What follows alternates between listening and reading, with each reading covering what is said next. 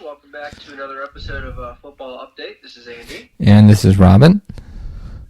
So, Robin, very interesting week in football. A lot of Bills fans were thinking the world was coming to an end this week. Just from what I'm hearing, we won. But, tough game. And honestly, in general, this week, with the exception of a few quarterbacks here and there, in particular Tua, offenses were not playing that phenomenal this week, from what I've seen. Yeah, I think Bootleg Football Podcast had best when they said it was not necessarily a bad week of football, just very chaotic, where it wasn't, 100% predictable. And I think Nate Tice of The Athletic had another point that quarterbacks are kind of taking a lot more sacks, taking longer to see things. I think it has a lot to do with, ever since Mahomes set the world on fire a few years ago, then Allen the year after, a lot of teams are just playing too deep safeties and just not giving up the easy plays downfield. So they're forcing practically every quarterback in the league to be far more patient. But yeah, this week was just pretty insane. A lot of ugly football, but crazy and fun football as well. Yeah, absolutely. Going into the games a bit, you had the Thursday night game. You had the Chiefs against the Broncos. Yeah. As everyone predicted, Chiefs won. But I gotta say, Robin, not really to go over the Broncos, because what's not been said already about them. But the Chiefs, everyone's been talking about the Bills being off the past 2 weeks. The Chiefs this whole season, their offenses field off. Honestly, the defense had won, I think at least half their games, in my opinion. What are your opinions about what's going on with them right now? Well, they've been able to stay at 5-1, which is tied for the best record in the league, and you have to give them their flowers for that. They also haven't allowed more than 21 points in a game this year. So Steve Spagnuolo and the entire defense is doing a great job there. I think one of, if not the youngest defense in the league. And L'Jarius Sneed, in a contract year, corner is able to play both slot and outside and playing really well. Trent McDuffie was a stud rookie last year, and he's just increased his level of play this year. So they're fast, young, and athletic across the board and very versatile.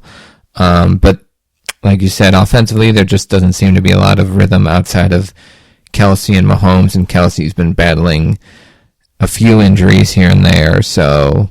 when those... He put up a good game on Thursday, despite the injury. Yeah. But when teams take that away, and it's easier too now that Tyreek, when both him and Tyreek on the field, you couldn't double the two of them, or else you'd be exposed everywhere else. Whereas now you double Kelsey, and there's been, Sky Moore is a second round pick, and he hasn't stepped up as of yet.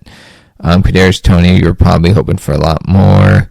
Valdez-Scantling has kind of regressed some. I think he's got one of the lower yards per route run in the league, at least among the bottom 20 in the league. So, they don't really have that option, but they do have the trade deadline. I think it's on October 31st, so right after Week 8, and they could look to a bunch of teams that are in that cellar-dweller area for a top receiver, maybe a Hollywood Brown, or... Yeah, I don't think the Broncos would do this, but you never know with Cortland Sutton and Jerry Jeudy. But interdivision trade.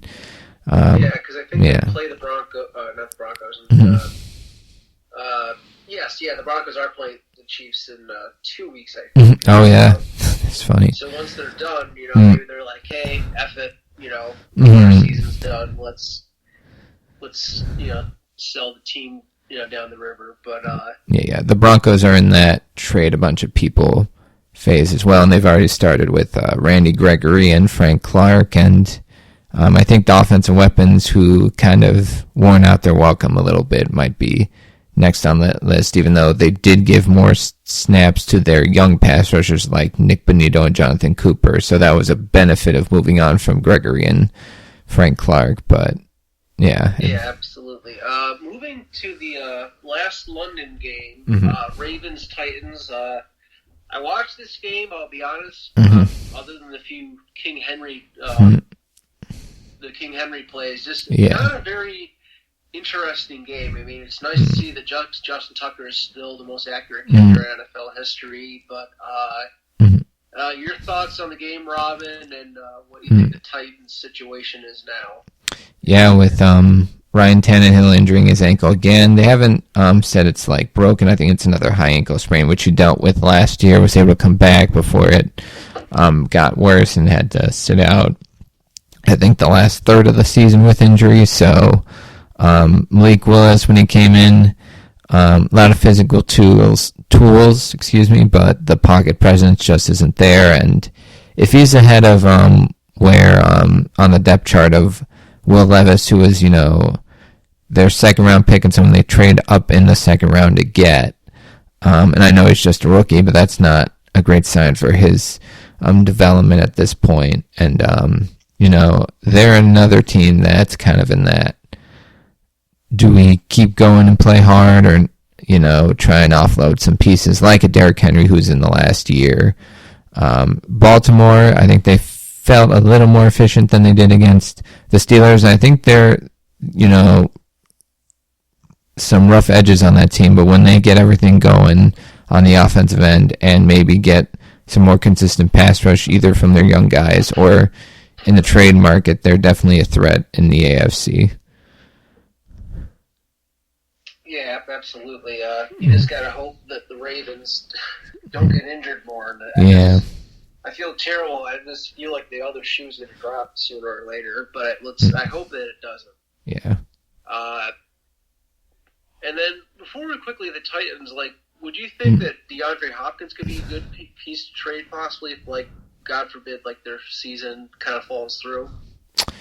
I think it's tough to say because I think it's a 2-year deal, whereas a lot of guys on the trade market, like a Hollywood Brown or a Sutton, just quickly, sorry to cut in. It's his contract this year is $3.5 million, and this next year is $8 million. So that would be a pretty good haul for a Super Bowl push. But that might just be me. Yeah, possibly. But then you're virtually punting on the season. I don't know if Vrabel has I think he maybe has the cachet to be able to punt on another season, but I don't know if he's the type that would be willing to. Right. So going to the next game, starting with the 1 p.m. games. Commanders-Falcons, this kind of felt like a tale of two different teams, Robin. Yeah. The Commanders, they started off strong. They put up a good fight and that very great comeback against Philadelphia, and then they got blown out by the Bears. Yeah. Their defense came back to form today. I'm sorry, not today. 2 days ago, and their offense was firing. Yeah. On the flip side, Desmond Ridder has the biggest on and off switch. Yeah. Your thoughts on the game and both teams? Yeah, the London game was rough for him, and then, had the one viral clip with Matt Collins, not sure what to make of it. Then there's the game against Houston where he played masterfully, led him on a game-winning drive, slightly outdueled C.J. Stroud, and then this week was another 3-interception game, and there's the one clip of Arthur Smith putting his hands behind his head after he threw the very late one in the red zone. It was just, it feels like a team that has the running backs, has the O-line, pretty great defense across the board, and good enough playmakers when they're all healthy. I think Pitt's starting to get a little more healthy in London as well, but they could really just use a veteran guy or just anyone that can consistently hit passes and not kill the team. Unfortunately, Ridder isn't at that stage, and you wonder if he ever will be as kind of a mid to late third round pick. Do you think it might be Heineke time soon? If they go the way they are? I think they play Tampa this week, right? If I'm not mistaken, I think. And a 3-4 start with a team that I think is capable of getting to a playoff and winning the NFC South. I think you're kind of at that territory when it goes to 3-4, 3-5. I think, you want to get your young quarterback a chance to develop, but it's not like you have a third round pick teams move on from third-round picks all the time. The Cardinals are even releasing, I think, a pass rush to the draft in the third round last year. So, So third round's not that bad of a thing. And Heineke didn't they play that bad in Washington? Yeah. Oh, yeah. Yeah. And I think this is the kind of offense that worked well for them because they rely more on the run. You can just sprinkle in some passes here and there, which I think would be a good combination. Vikings Bears, a very low scoring affair. I had a few people in fantasy. Didn't pan out at first, but kind of taped towards the end on the Vikings side. But the biggest story is the status of Justin Fields. So what do you think about Fields, Robin, and maybe the Bears moving forward, and just your overall opinion of the game?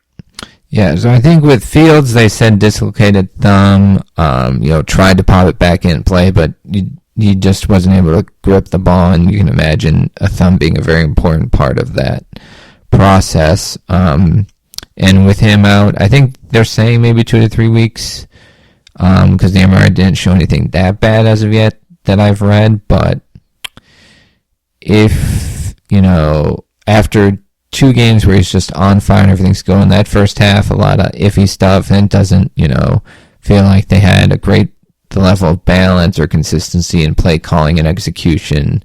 And then, he gets hurt, and then they go to Division II quarterback Tyson Bagent, who had some moments in preseason, but definitely wasn't ready for prime time. They still made it a game, but, that's more of a sign that, it's weird because Minnesota, technically, by the analytics, at 2-4 is a better team than the one that was 5-1 last year. But I just think that they're not getting the same late game breaks.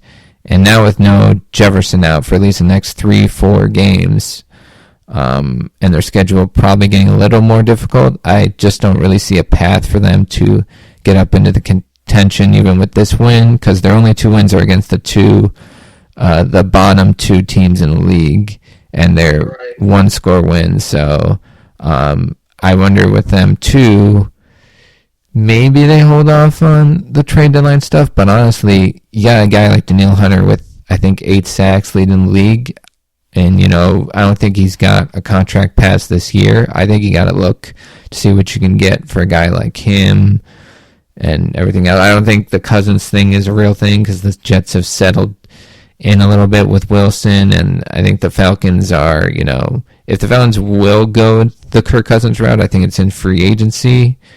But, I think the Vikings are in a weird spot, too. But, the Bears, if Fields doesn't come back anytime soon, they could be top 2 picks in the draft. Like, we thought we would avoid that 2 weeks ago when they beat Washington, but now they're right back at that kind of spot. Which is, with a lot of cap room and that, not the worst place to be, even though it technically is in the standings, because you'd have 2 massive trade assets and a chance to kind of maybe reset the franchise. But, it'll look ugly for a while. If they're smart, I think, I can't remember if Justin was there with Marvin Harrison Jr., but if they're smart, they would get Harrison Jr. with the 1st or 2nd pick, and either get someone for their line to help Justin out, or some other need. But I don't know if they will just implode again. But we'll definitely have to see on that. Yeah. Seahawks Bengals. The Bengals started off hot, then for the rest of the game, the offense kind of cooled off. On the flip side, the Vikings. Sorry, not the Vikings. I don't know why I said the Vikings. The Seahawks. They dominated the game a lot. It felt like almost, but they didn't. They weren't able to clinch it. Your thoughts? Yeah, 1 for 5 in the red zone. Geno's kind of had like a weird year where he had the great Lions game. The rest of the games have kind of been okay to bad. Like the opener against the Rams, he didn't play well in that. And this one, he moved the ball up and down the field, but then when he got in the red zone, he made a couple turnover errors, and then he's taken some weird sacks this year, trying to get out of a sack when he's 8 yards behind the line of scrimmage. He ends up taking it like 15 to 20 yards, And it doesn't feel like anything he did last year, and maybe it's because the tackles have been hurt this year, but it just seems a little odd to me. It was just one of those games where I think you wanted Seattle to announce themselves as one of the NFC top contenders, and they were playing a pretty good Bengals team, but you're coming off a bye, you should be a little more ready. I'm kind of disappointed, but I don't think it prevents them from being a playoff team in the NFC, but I don't think of them as a top contender in the NFC as of yet, because they've had this game, and again, it was against the Cincinnati team that's coming back pretty well, but then also the Rams game where I'm kind of like, I really want to buy into this Seattle team with two young corners, some playmakers, and hopefully a nice run game, but they're not good enough defending the run, and there's just been too many games so far where, as great as Juno can be, there's something missing in those key moments. Yeah, absolutely. I hope he gets it back, but I think we might be seeing the peak of his ability. In my opinion, that people were talking about the Bills game, and the Bills offense not being able to fire on all cylinders. The 49ers got their first loss to the Browns. I mean, we know that the defense of the Browns is very good, but the few injuries on the 49ers, and P.J. Walker was surprisingly able to hold off the 49ers just enough. And your thoughts on that game? Yeah, PJ coming from XFL a couple years ago to playing some with the Panthers last year to being so bad in preseason that the Bears move on from him with some guarantees left on his deal. And he did have 2 picks in this game. Didn't always look great, but he threw a couple really nice balls to Amari Cooper, who's playing really great football despite playing somewhat banged up. And the Browns defense, I think it's allowing 200 yards per game, and it, like, outside of the Ravens game where they're put in bad spots due to a 5th-round rookie playing, throwing 3 picks, and just being on the field all the time, that defense has just been incredible, like historically great. And, if they can keep that pace up, they're in every game. Problem is, I think Brett Coleman even said at the bootleg, is that as great as they are on that side, it'll keep them in games, but if they don't do anything on the offensive side of the ball, like they haven't been doing for much of the year, then it'll pretty much go to waste, and they can lose to anybody as well.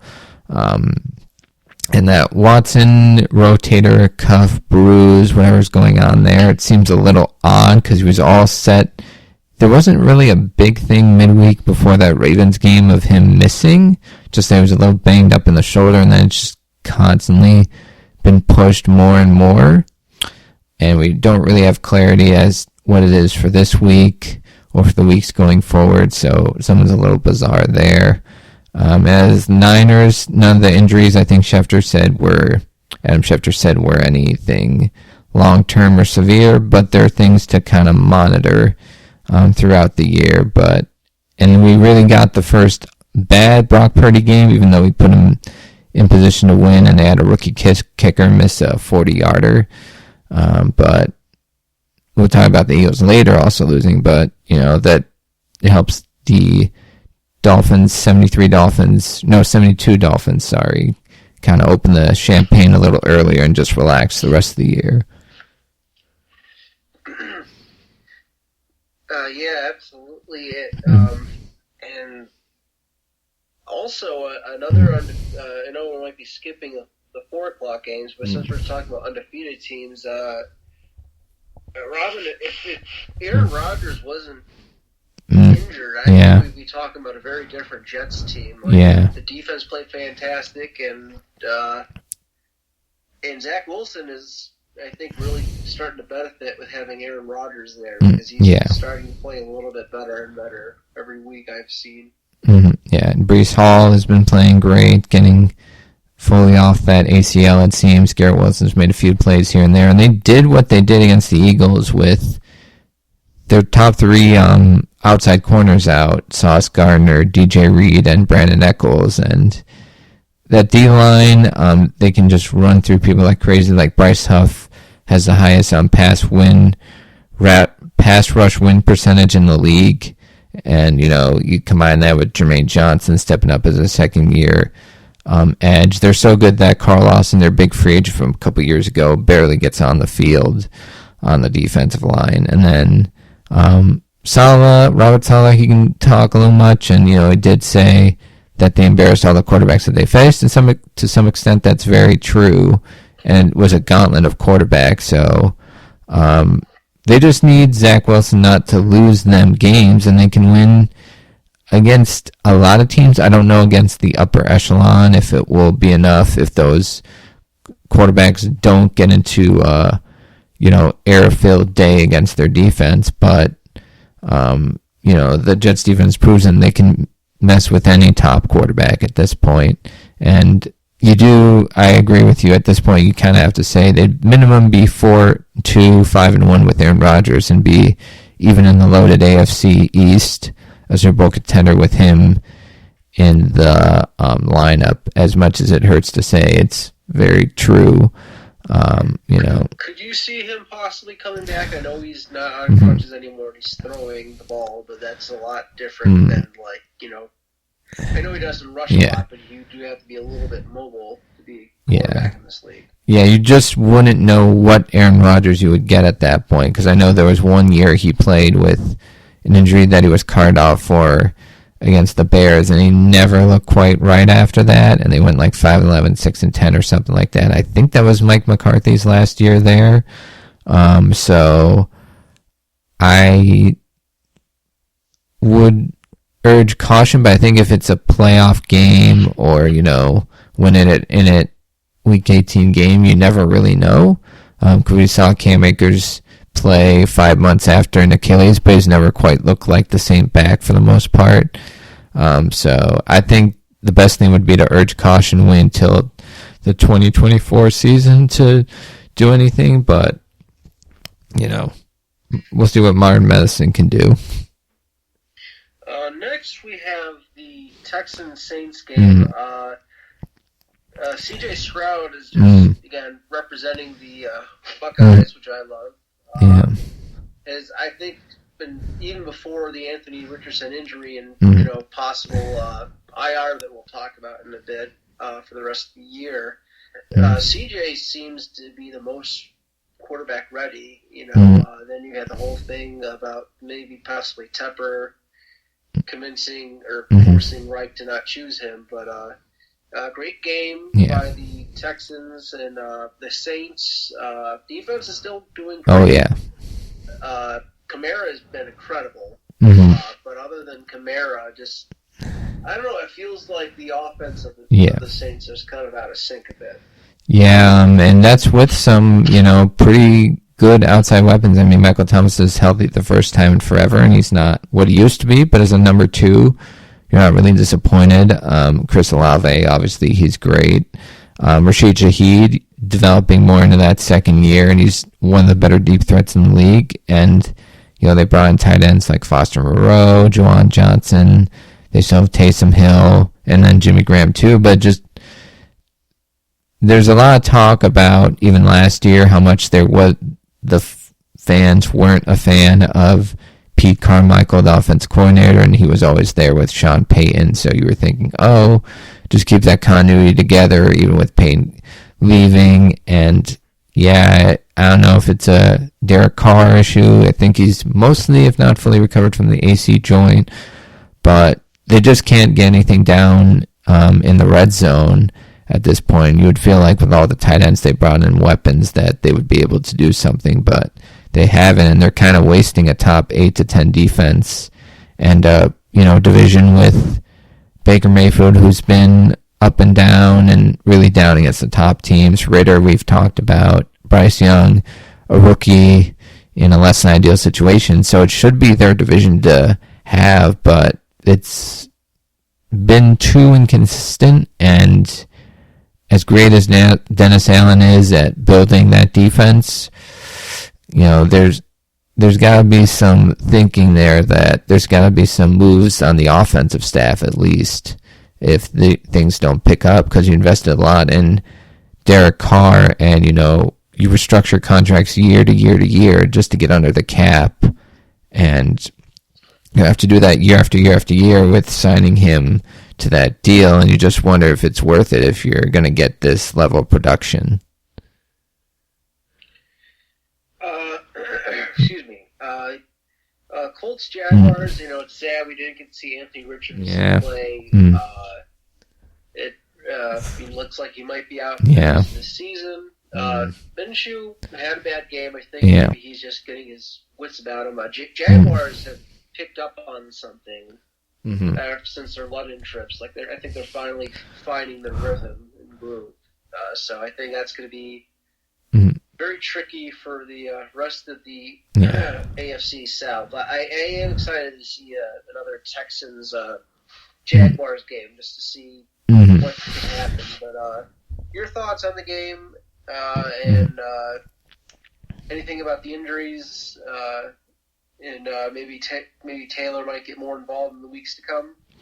Yeah, the Colts now, I think I read today, Alec Pierce is dealing with a shoulder thing, and he was supposed to be kind of their downfield threat.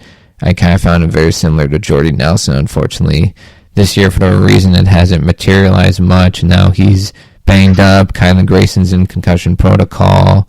And, with, Richardson, like any rookie, they're some up and down, but he just made so many spectacular plays. And his, ability in the run game was just so huge. And to think that a guy as big and tall and strong as he is, getting hurt 3 or 4 times in the early going, and then, being out for the rest of the season where he could use the valuable reps is just kind of unfortunate. And they, maybe playoffs would have been out of the realm, but I don't think so, because they, were at 3-2, and the only couple losses they were competitive in, so... just does kind of feel like, and Steichen can do some things and some maneuvering and all that on the offensive end, and their defense is pretty good, but it does kind of feel like a bit of a lost year for them. And then on the Jaguars side, Lawrence dealing with a bit of a knee sprain. They said he probably should be good for Thursday, but no guarantee as of yet. I do think they're a team that now they got ETN going in the run game. They finally got that Ridley-Lawrence connection a little more consistent. And also, at some point, you get, hopefully, Christian Kirk and Zay Jones involved, along with Evan Ingram. If they can get those things all moving, they could be big time. And then also they're a team at the trade deadline that could go after Danielle Hunter, Chase Young, or Montez Sweat. Because if you put another pass rusher opposite the other Josh Allen, you might be cooking with gas on that side of the ball. Panthers-Dolphins, I was kind of amazed at first because the Panthers are up 14-0.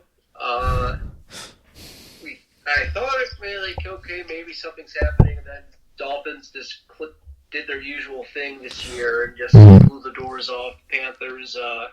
Frank Reich has stepped down from his play calling for offensive coordinator. I will say, I know people are thinking it's the end is nigh for Frank Reich. He did even say in the preseason and training camp that there would be a point where he would be phasing away from play calling. So I don't think it is as bad going on right now. Do you other than the game, before you go into the game, I should say, do you think Tepper might fire Frank by the end of the year? They might just say, like, okay, this is the first year. We traded a lot of our pieces last year, Yeah, I think there was that weird clip of Frank Reich talking about how they have basically weekly meetings and, talking about trying in a nice way, say, the owners, heavily involved, and didn't say stuff like micromanaging or overzealous, but, it felt a little bit that way, but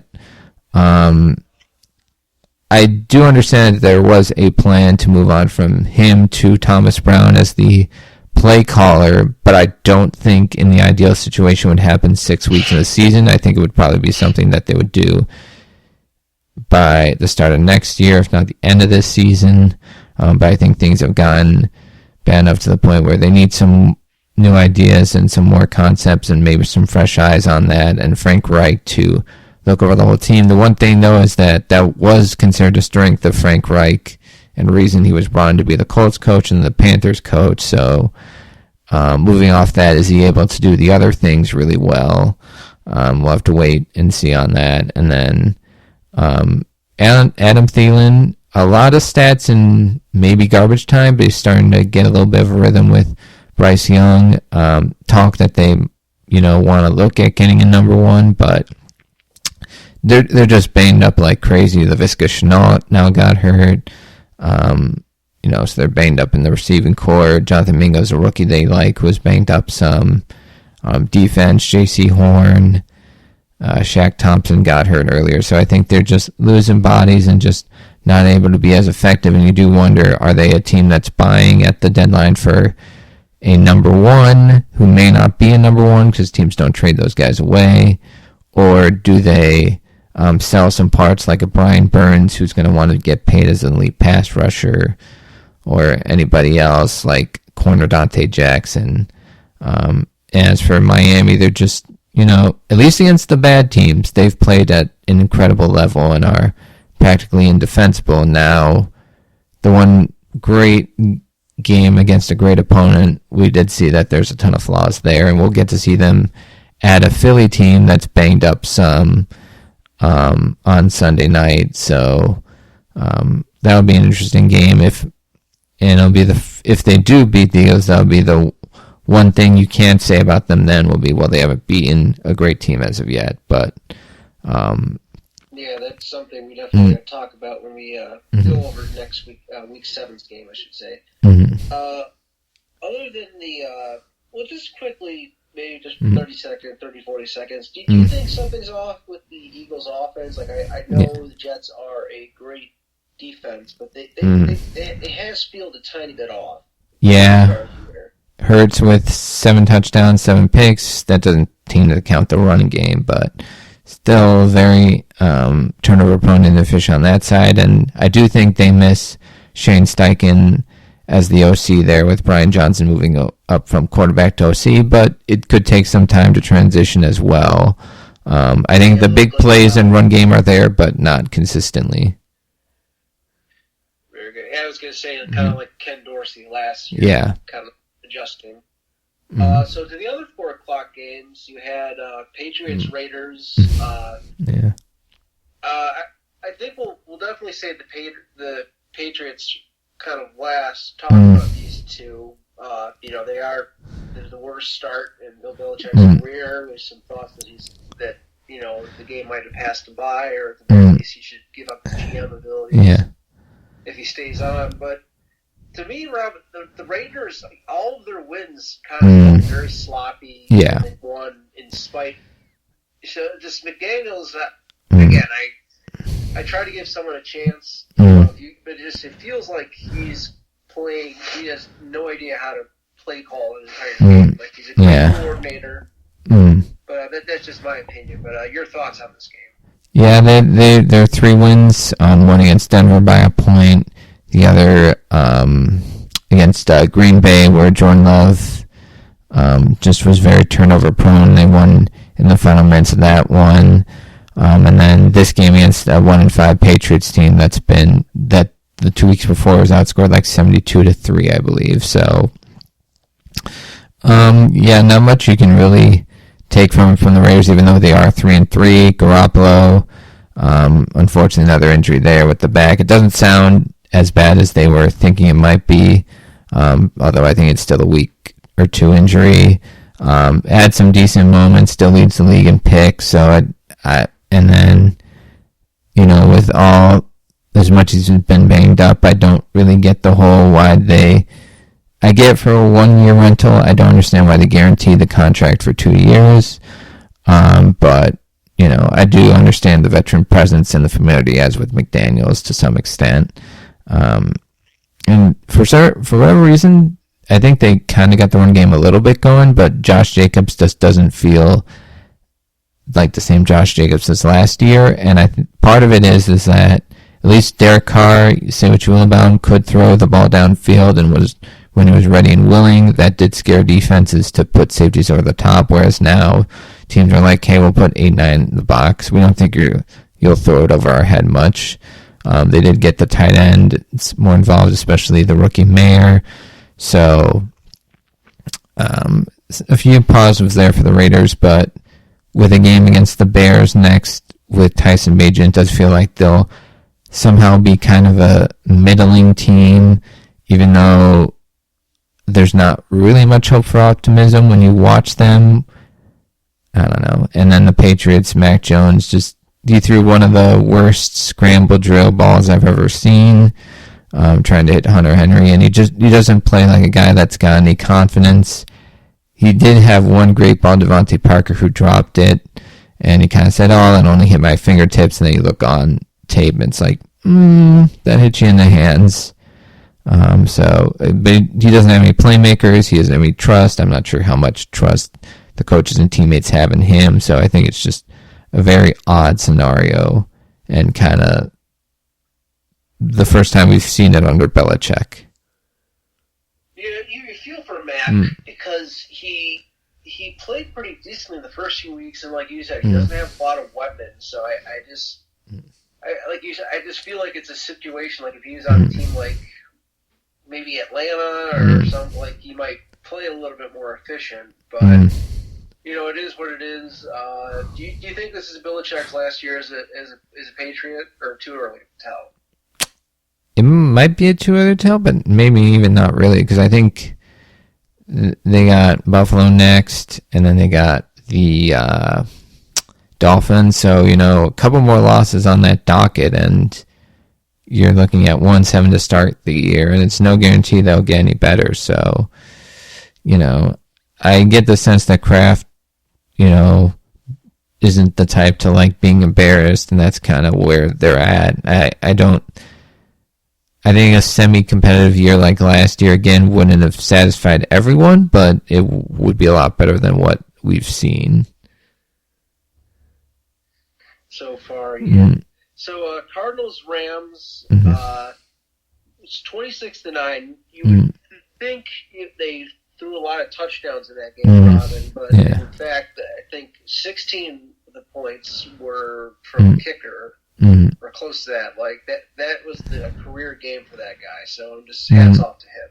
Yeah. The Rams, again, they play pretty great to solid football, win or lose for the most part, and Cooper Kupp looks like the old Cooper Kupp again, and you put him next to Nakua.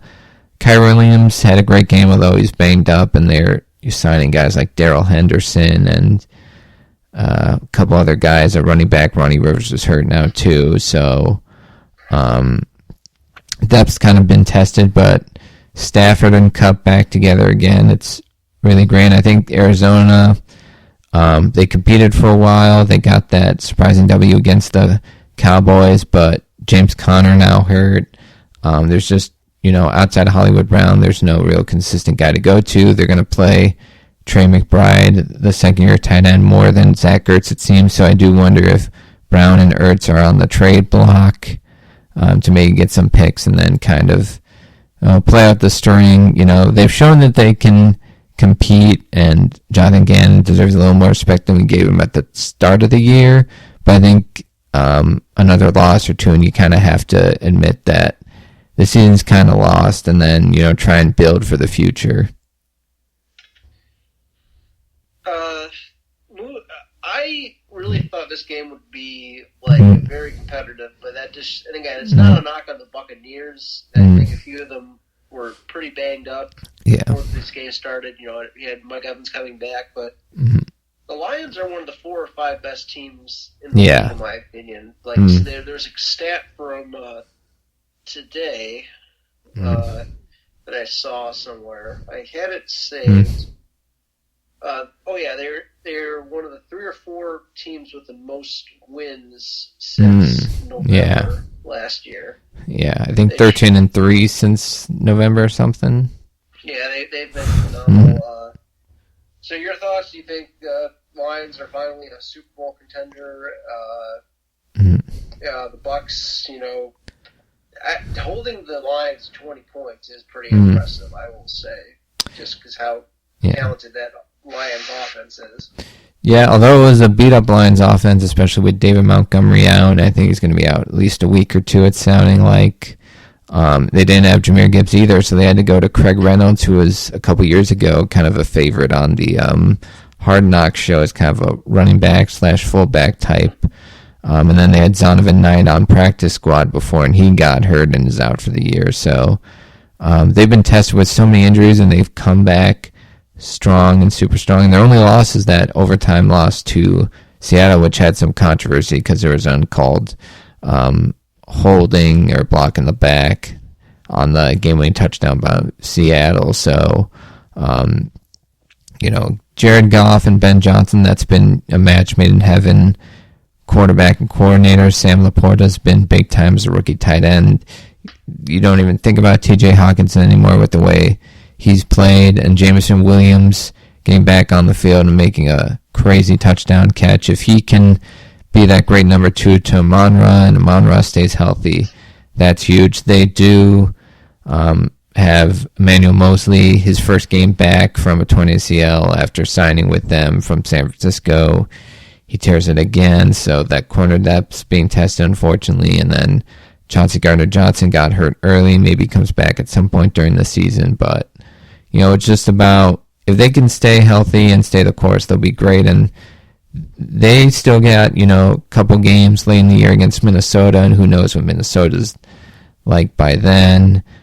2 more games against the Bears, and then their one game against Green Bay left is in Detroit, I believe, on Thanksgiving Day. So I think the schedule sets up well for them to be one of the minimum top 3 seeds in the conference, and maybe the number 1. Depending on what happens, yeah, they're very fortunate that they weren't the 1 seed last year. Yeah. The Monday night game, Cowboys-Chargers, I unfortunately only was able to watch the first half.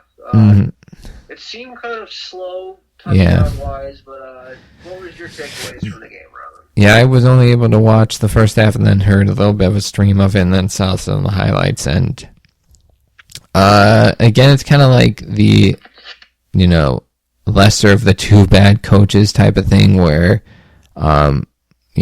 Mike McCarthy had 9 seconds to go in the first half and lets it go to 3 seconds when he has 2 timeouts.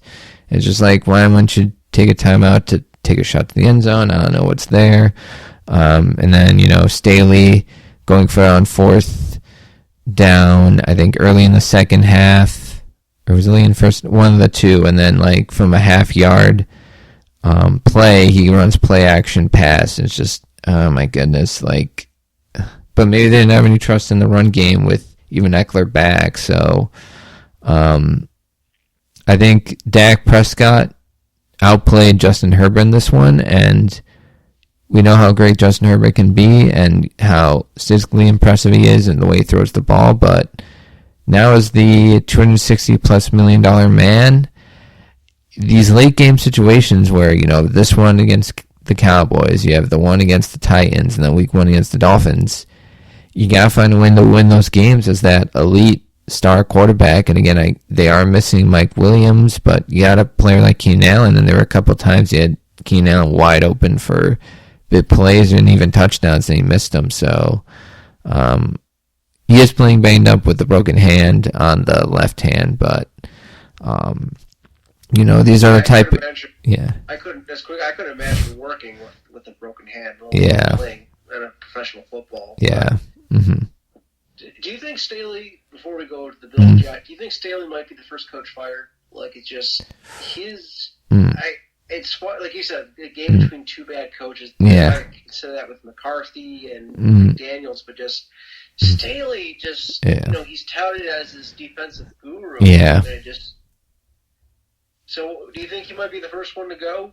Would you say, or at the very least, unless something drastic changes, he will be on his way out probably at the end of this year? I feel like it's an overly patient ownership group outside of the situation with Marty Schottenheimer, where he went 14-2, but because they lost in the playoffs, and him and the GM, A.J. Smith, at the time didn't get along. So But since then, they gave North Turner every shot. They gave Mike McCoy a couple shots. Anthony Lynn, they maybe could have given him another shot, but they're a very patient ownership group, the Spanos, for better or worse. So I don't think it happens during the season, but I think if they miss out on the playoffs, I do think that Black Monday he might be gone. But I think if they had started 0-4, there would have been that. Sorry. I'll say this: if Belichick is let go in New England, I could see a lot of teams might be axed because I just have this feeling, and you figure it. Like you might not get the GM job as well as the head coaching job, but I'm sure many teams, if they're getting rid of a head coach, want to bring in, the greatest coach of all time. Yeah. I think that'd be a perfect situation. Like you keep Kellen Moore on as the coordinator who worked with Herbert, and you just have Belichick run the rest of the team. Yeah, that could work. Oh, I'm sorry, Robert. You're saying? No, that could work. I could see that, but who knows? It's a few months away. Yeah. Last but not least, Robin, we had our beloved Bills play. Very sloppy, tough game. I do think a big factor was the offense has been stalling. There's having anything. I also think without Kincaid there. Yeah. Kincaid might not have a bunch of touchdowns like Laporta, but like he's. I've been looking at his stats and I've been watching. Like he's there a lot more than we think. Like, he really is the new slot guy. Issues. Another factor I think was Dable. Knows Josh, like even though the might change, like he's the one that really groomed Josh to be the quarterback he is. He figured he'd have some insight on those plays, and it seemed like they could sniff a few things out. And Tyrod, I think that our defense played great. Tyrod is I think the most safest NFL quarterback I've seen in the past 20 years. That's why that's why we weren't able to turn the ball over at all two nights ago. I was happy to, that the only bungle he did really was the calling the audible to run the ball at halftime. And last thing I will say about the game before you talk about your opinion of the game was I unfortunately snipped at Kyer a little bit sooner than I should have. Like I thought he was bad the whole game, but looking back at it, I think I was just emotional. Yeah, because it was such a frustrating game. But other than that one blown coverage, he played a pretty good game. I think at the very least these next few weeks, until the trade deadline, I think he might get better and better, especially now that he has a bigger opportunity with Trey out. But your thoughts on the game before we move more on depth.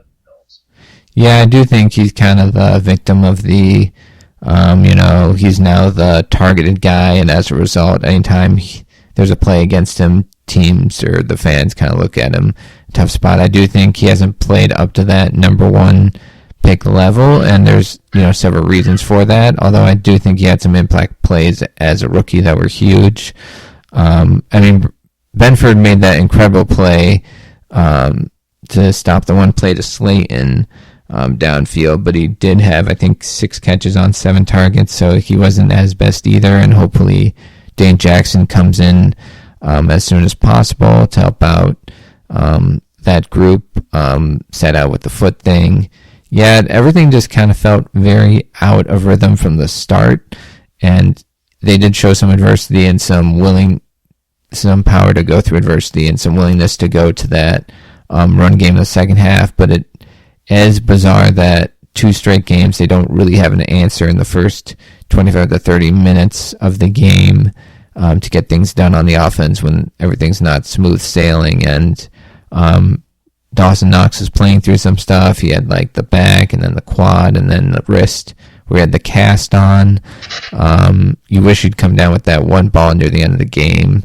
But it does feel weird that for as great the efficiency numbers and the scoring numbers are, the big thing they talked about in the offseason was getting the tight ends involved and making plays. And I think to an extent having those guys in has helped out running the ball because it's shown more of a consistency to going under center and being more of a physical team, and that's helped out in a lot of areas, and even the red zone scoring. But you just wish there was some more explosive stuff, and maybe that's to come with more trust in that stuff. There's just bizarre things with Dorsey, like there was the one play where they get it to 2nd and goal from the 1 or the half-yard line, and then they go to a shotgun run, and they lose 2.5. But then, next play they come in and get a touchdown on a swing pass to Hardy, and that's a great call. So there's some just weird calls there.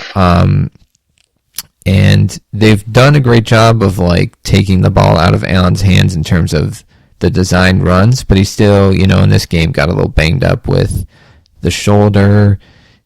And then also briefly in concussion, or at least a concussion check. Yeah, because everyone was cheering when he was running back. So. Yeah.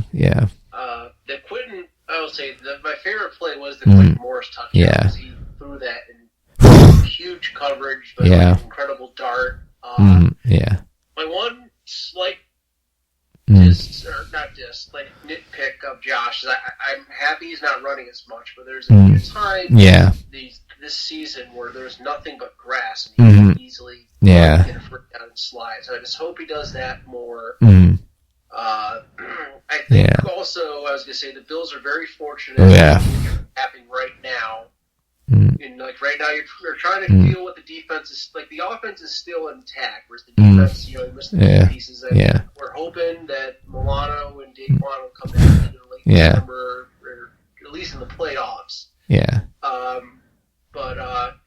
So you have the Patriots next, then the Bucks, and then followed by the Broncos, which I think we both agree are the worst team in football, despite the one win. But that's just my opinion.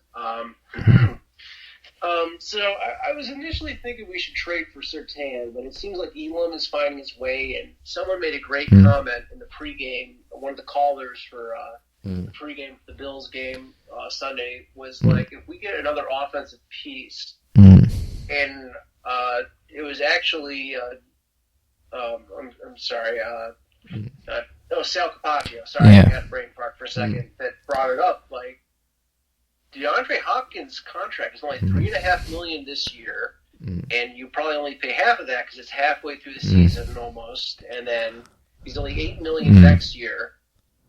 And just because we were trying to get him, and I just feel like he's that missing piece. But that's just my opinion. At the very least, you think there might be any trades that might happen depending on going on the next few weeks? Because I think we both said it last time.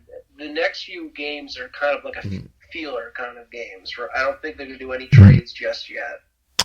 Yeah, I do look at. I think the Hopkins thing.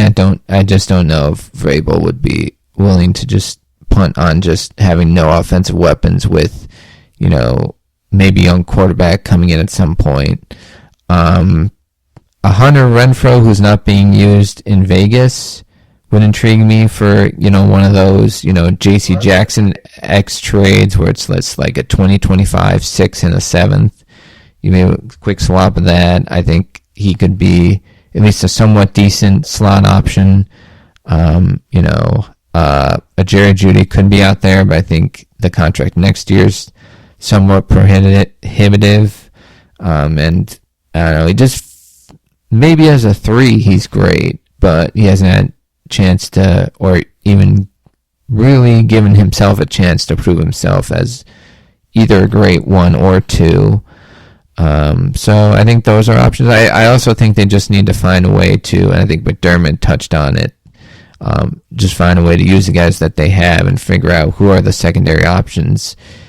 And to some extent, it's frustrating because you feel like you have found that out during preseason and camp. But again, there's an ebb and flow of the season. I think this team is kind of used to that to some extent, for good and for bad. So they're just kind of, trying to make sure that by December and January they're playing their best ball. And sometimes that means not being great-ish initially, Yeah, I'd rather have us stalling right now in these tough, or not so tough games, as you're saying, compared to late November and December, as you were saying. The only other thing I'll say on the Hopkins point, it seems like he is getting frustrated, because and I feel bad for laughing, but it Tannehill sat down next to him, and he got up, and then there was a fumble by the center, I think.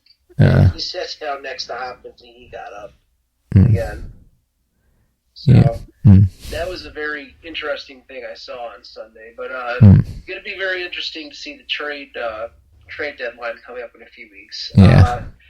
So just quickly, guys, going over the games this upcoming weekend, and first, of course, starting the prime game, Jaguars at the Saints. Robin, if Trevor Lawrence starts, I think I would give the edge to the Jaguars, but if he does not, I think we both agree that it probably would be the Saints would win this one.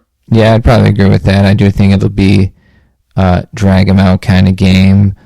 And then the Saints, Marcus Lattimore, he's a great corner. They got two other great young ones behind him, and Paulson Adebo and Alante Taylor. So I think they can challenge those playmakers for the Jaguars. But I think a healthy Lawrence, or healthy enough to play Lawrence, is slightly better than Carr at this point. But we'll have to see how that game goes. Let's see. Next, we have Lions at the Ravens. I think the Ravens still have a few injuries, and they're still a little sloppy here and there, and just the Lions right now are just still firing on all cylinders. So I'm going to give the edge to the Lions. I think the Lions are quite banged up. Both teams quite banged up. That is a tough one. I'll give a slight edge to Baltimore since it is in M&T Bank Stadium, but if the Lions win, that's huge for them, and then that just makes the AFC North more interesting. Well, either way, win or lose, but if all the teams are bunched up again, that makes it even more interesting in that division. Yeah, I think the Ravens really would have wished that they would be playing the Vikings instead of the Lions right now, though. Yeah. You have the Raiders in Chicago. I think I'm going to give it to Raiders just because you have Justin Fields, who's almost definitely going to be out. I don't know much about the rookie. They still have a lot of issues. And despite the Raiders having a few issues, they can at least put points on the board. Yeah, I'll go Raiders too. Whether it's Hoyer or O'Connell, I like that better than Badgett. I think that's what the game very likely will come down to, along with the Raiders having a couple more pieces on offense. Browns at Indy, I think the Browns defense this weekend really showed that, hey, we're a top 3 defense here too. And I think Minshew is still finding his footing as a starter again and going against a very, very tough defense. Even if P.J. Walker starts, I think I'm still going to give it to the Browns. Yeah, I'm feeling the Browns too with that, elite defense. And, regardless of who's playing quarterback, I think if they hold the Colts to 10 or 14 points, they'll be able to put up just enough offensively to win. The next one is surprisingly tough for me. At first, I was going to immediately go with the Commanders, but, a division game, the Giants kind of found something in the game against the Bills. I will say this: if Tyrod Taylor starts this game, I would be a little more comfortable, just because Daniel Jones still has the thing. But I think either person starting, I still think I might give the slight edge to the Commanders. Yeah, I'm feeling the Commanders too. I just think the Giants kind of played that Bills game like their Super Bowl, and they're just so banged up across the board. And I think both tackles, if Evan Neal, is having his issues, and Andrew Thomas isn't back, that, that'll spell trouble with Montez Sweat and Chase Young. Next, you have Falcons at Bucks. Both are a little banged up. I think I'm going to give the edge to the Buccaneers, because if I still think Baker's a better quarterback than Ritter. I think Evans is starting to find his stride again, and so I think it's going to be a high-scoring affair. But I think I'm going to go with the Bucs. Bucs do have a strong run defense, and the Falcons have a strong run, so strength against strength there. Yeah. And the Falcons so far in the year are 0-2 on the road. I think this is a make or break game for Ritter and the Falcons, so I'm going to go with Falcons, but if they fall to 3-4, I think they make QB change. Yeah, I will say I wouldn't be surprised if this goes either way. Steelers, Rams. The Steelers offense is kind of starting to find something in spite of Matt Canada, I should say. They still have phenomenal defense. I gotta have to give it to the Rams. They have great defense. Yeah. The defense is doing better. The offense is, like you said, is really starting to fire on all cylinders of Cup back to form, and you have Nakua. So, yeah, I'm going to give this one to the Rams. Yeah, I'm feeling the Rams, too. A lot of stud rookies that I think on both sides of the ball can do some things. Nakua on offense, and then Kobe Durant. Who's the other one? Byron Young on the defensive line to go along with Aaron Donald. I think they can make Kenny Pickett stay pretty hard, and I think they have more weaponry to do some stuff against the Steelers' defense. I forgot the last 1 p.m. game, our game, Bills at New England. I'm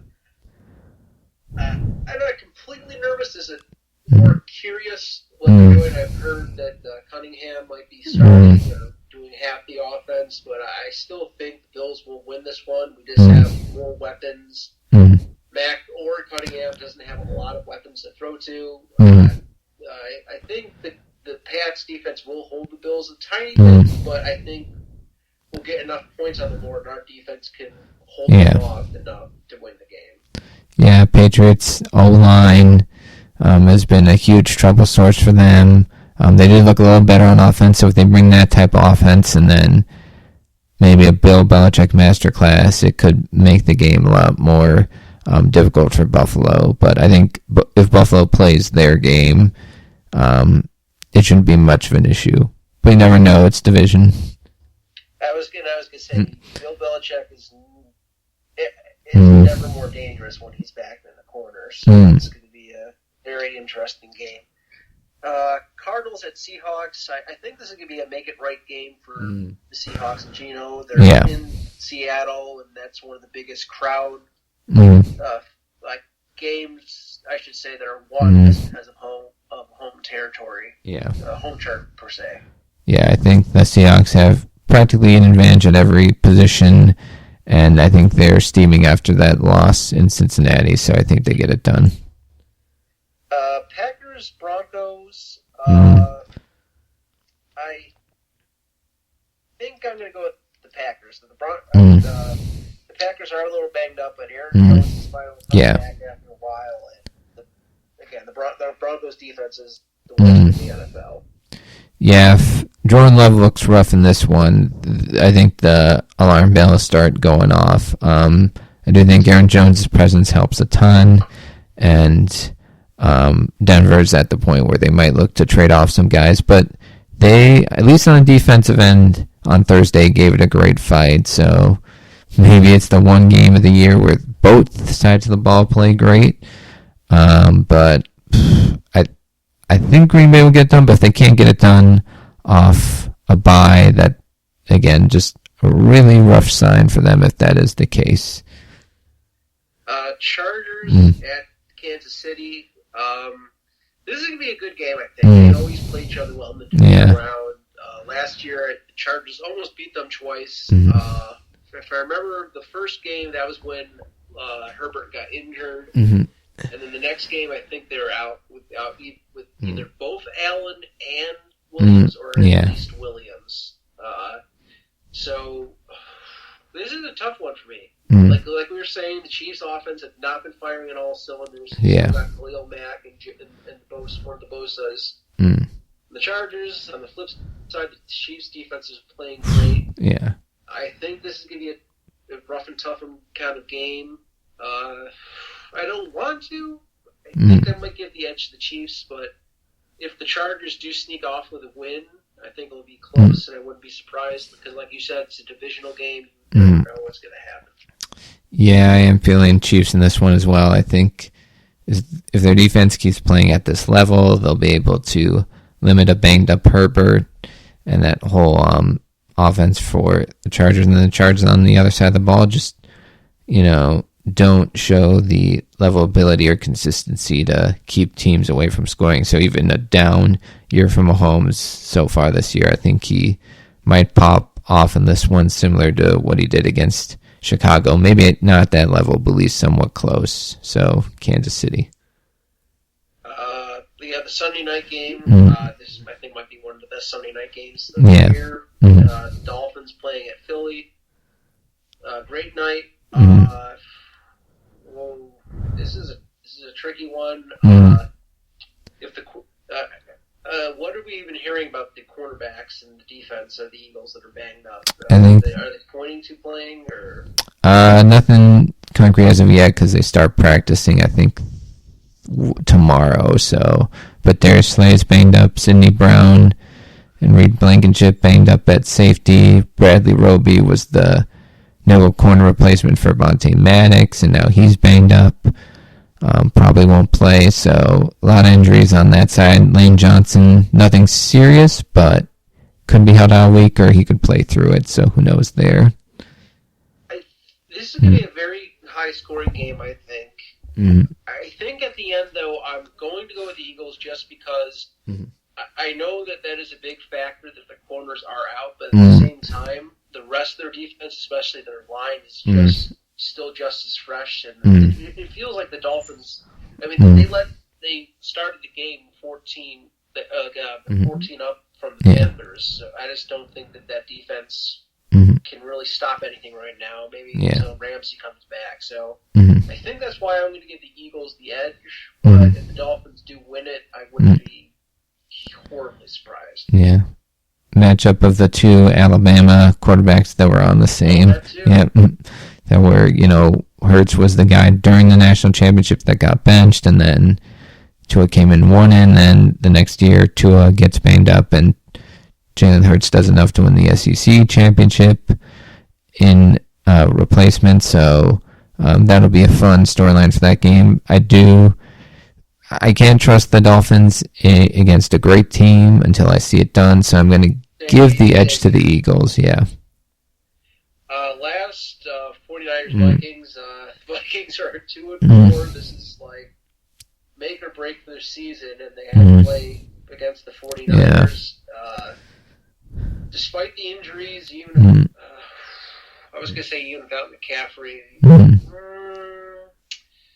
I think I'm just going to go with the not the Vikings, the 49ers, just because I've seen much more from the 49ers than I had from the Vikings. Yeah, the Niners, I'm feeling them too. The Vikings, I think they can muck it up a little bit, but their only two wins are against, the bottom two teams in the league. So until they beat someone of a higher caliber, I can't really trust them, especially with no Justin Jefferson. It appears their second pass rusher, Marcus Davenport's banged up too. So I'm going to go Niners. Very good. So, this is going to be a very fun week of football, guys. This is actually a time where I think that the Thursday night game might be a little bit better than the Monday night game, but we're in for real treats Sunday. That is Football Update this week. I'm Andy. And this is Robin.